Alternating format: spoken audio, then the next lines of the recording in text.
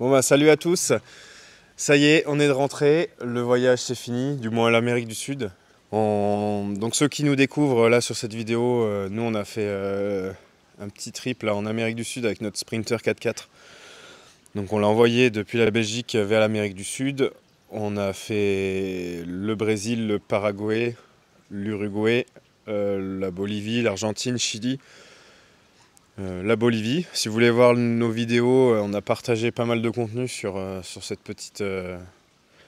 petit passage en Amérique du Sud. Ah, ça a secoué ça.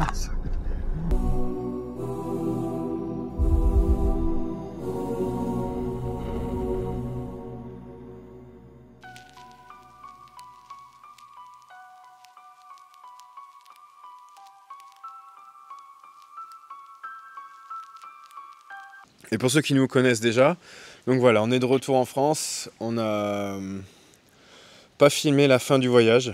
C'était beaucoup de temps pour la prise d'image, beaucoup de temps pour le montage. Et à la fin, on a voulu un peu plus profiter et vivre un peu plus l'instant. Et voilà. Mais en tout cas, tout s'est bien passé. On a fait par la suite donc le Pérou. La dernière vidéo que vous avez, donc c'est normalement la Bolivie, notre deuxième passage en Bolivie, en remontant la Panamérica. Et le début du Pérou, il me semble. Et voilà, donc on a continué, on a fait toute la vallée sacrée au Pérou. Bon, là ça commence à être la grosse pluie là. Et Je sais pas si mon kawaii va être étanche. ouais, les kawaii commencent à même plus tenir le choc là. Mais je pense qu'il n'y aura pas d'image du coup du Machu Picchu parce que sinon la caméra va pas aimer la blague. On est remonté jusqu'en Équateur. Là dans le nord du Pérou, on a même pu se baigner avec des tortues géantes. On a vu encore des choses formidables.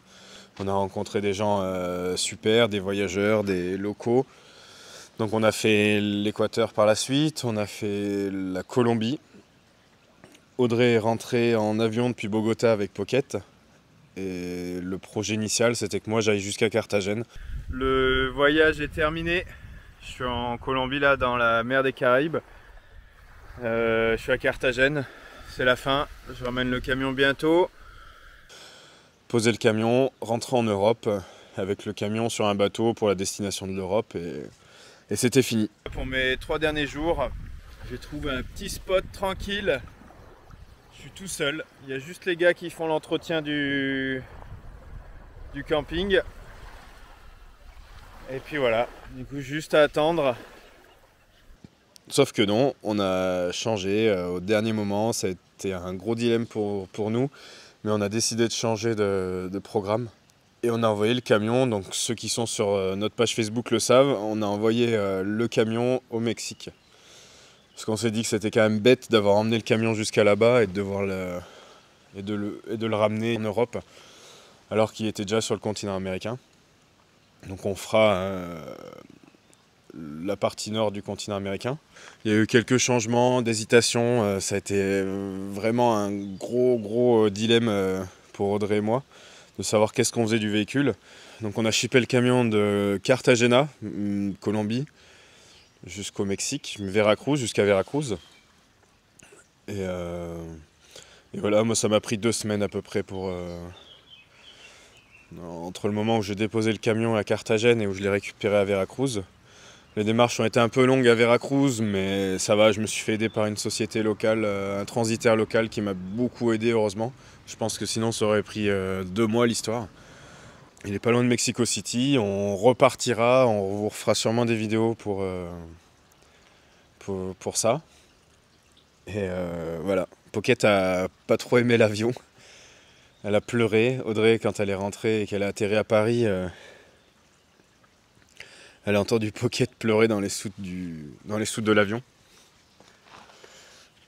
Du coup là maintenant ça fait 2 mois qu'on est rentré en France, on a récupéré notre maison, on a repris notre travail, enfin voilà, on a repris une vie plus ou moins normale.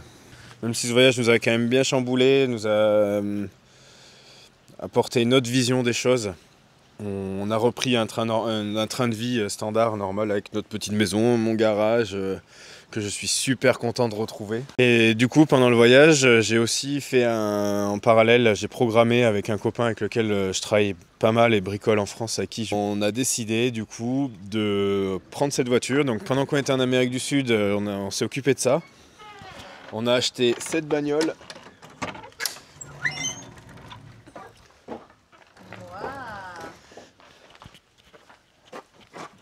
Donc voilà. Donc voilà, ça c'est le nouveau projet. Donc voilà, c'est un nouveau projet, une nouvelle aventure. En attendant de pouvoir repartir récupérer le Sprinter, de le réparer parce qu'il a pris tarif clairement. Moi je l'ai laissé à Mexico dans un état. Il y a eu quelques petits soucis pendant le shipping. Et voilà, donc là on fait une petite pause voyage Amérique, mais en fait on continue. Donc ce nouveau projet c'est quoi? C'est cette voiture, une Twingo. 2 gars, on va partir sur un raid au Maroc, un raid humanitaire. Donc on va essayer de vous partager la préparation de cette voiture. On va aussi vous montrer le raid en lui-même. Donc ce sera tout d'épisodes vraiment sur la préparation de la voiture, le raid, le départ, les étapes au Maroc. Donc voilà, on a décidé de partir sur un raid au Maroc, c'est un raid humanitaire, donc c'est un raid sans chrono, sans compétition. Le but c'est de rejoindre le Sahara avec une participation pour les Restos du Cœur, distribution de fournitures scolaires pour des gamins au Maroc. Donc voilà, donc le projet c'est cette voiture, la Twingo, c'est une Twingo 1 phase 1 de 1997. Elle a 110 000 km, elle est dans un état nickel. Donc là on a commencé, comme vous pouvez voir, mon pote là, Chaton, il a commencé déjà à bosser un peu dessus. Bon, on a beaucoup hésité parce que la voiture, clairement, on l'a eu dans un état nickel. Elle a 110 000 km. Et donc cette voiture, donc une Twingo 1997, Twingo 1. Voilà, c'est un 1,2 litre 8 soupapes, basique de chez Basique. Moi, je l'ai passé au contrôle technique là, il y a quoi, un mois et demi. Nickel, 2 lignes qui sont sorties, un petit défaut de frein et une tonche à l'arrière là, sur le côté. Là, on a eu un peu de remords là, avec Chaton à se lancer, à toute la bricoler, à la modifier. Mais voilà, on va quand même le faire, on va rester sur celle-là. Et donc il va y avoir grosse modif à faire dessus. Hein. Là, ça va... Il y a de la carrosserie, il y a du modification intérieure, modification châssis, suspension... jantes, protection, blindage, parce qu'au Maroc, elles vont clairement, ça va clairement taper dans les pistes. Donc voilà. Puis faut que ça tienne le choc. On va remplacer toutes les pièces, tous les consommables possibles de cette voiture.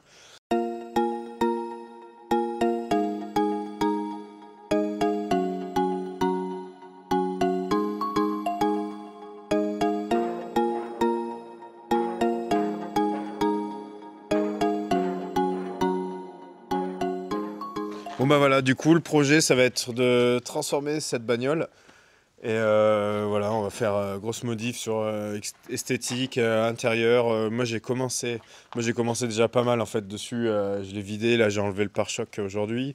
Chaton il a commencé la carrosserie et voilà, du coup on partagera tout ce qui est modification de la voiture et puis voilà, j'espère que ça vous plaira. Au passage, on cherche des sponsors. S'il y en a qui sont intéressés avec qui ont des entreprises ou qui ont trop d'argent et qui ne savent pas quoi en faire. Donc voilà, on a un dossier de sponsoring si ça vous intéresse. Et contactez-nous. Vous pouvez nous contacter sur notre page Facebook. On a un petit messenger là, vous pouvez nous contacter. Donc voilà, on a...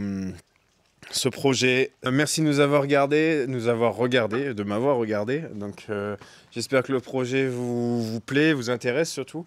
Nous on va essayer de faire ça à 200%. On va essayer de filmer le maximum. On a acheté une nouvelle petite caméra là pour avoir un peu plus de précision, un peu plus de focus sur la mécanique. Les vidéos seront axées là certes au début, ça va être surtout vraiment de la préparation. Et après le raid au Maroc qui viendra par la suite.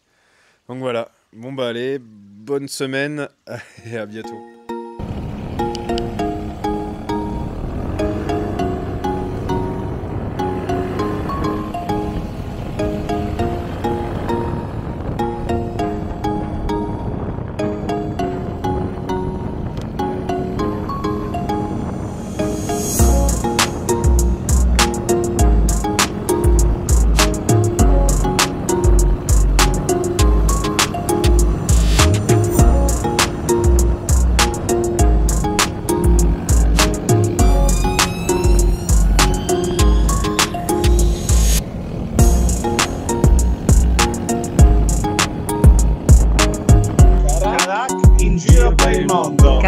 Carac avant tout le monde. Carac au bout du monde. Carac quoi?